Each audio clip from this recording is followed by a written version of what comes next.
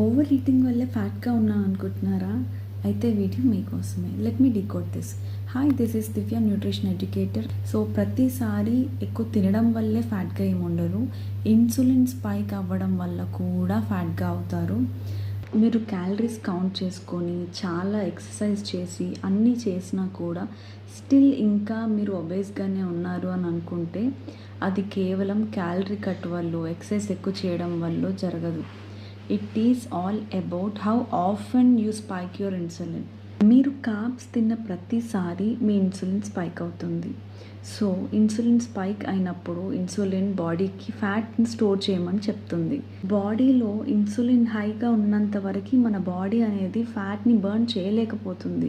ఎంత తక్కువ తిన్నా సరే ఇన్సులిన్ హైగా ఉన్నంత వరకు బాడీలో ఫ్యాట్ అనేది బర్న్ అవ్వలేకపోతుంది. ఎందుకు అంటే ఇన్సులిన్ అనేది fat storage hormone.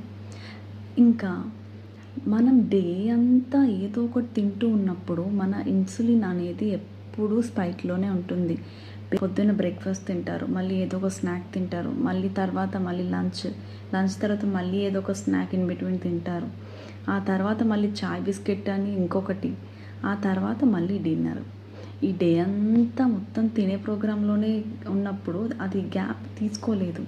And also insulin అనేది ఆల్వేస్ ఒక పనిలోనే ఉండిపోతుంది. అంటే ఇన్సులిన్ ఏం చేస్తుంది? ఫ్యాట్ స్టోర్ చేస్తుంది. సో ఆల్వేస్ ఫ్యాట్ స్టోరింగ్ మోడ్లోనే ఉన్నప్పుడు అసలు ఎలా బర్న్ అవుతుంది ఫ్యాట్? సో దానివల్ల మీ వెయిట్ అనేది లాస్ అవ్వదు. So how to lower your insulin and how to lower your fat and weight అనేది నెక్స్ట్ వీడియోలో చూద్దాం. సో ఈ వీడియో లాస్ట్ వరకు చూసిన వాళ్ళందరికీ thank you so much and keep following me for the new updates and wait for the part 2. Thank you.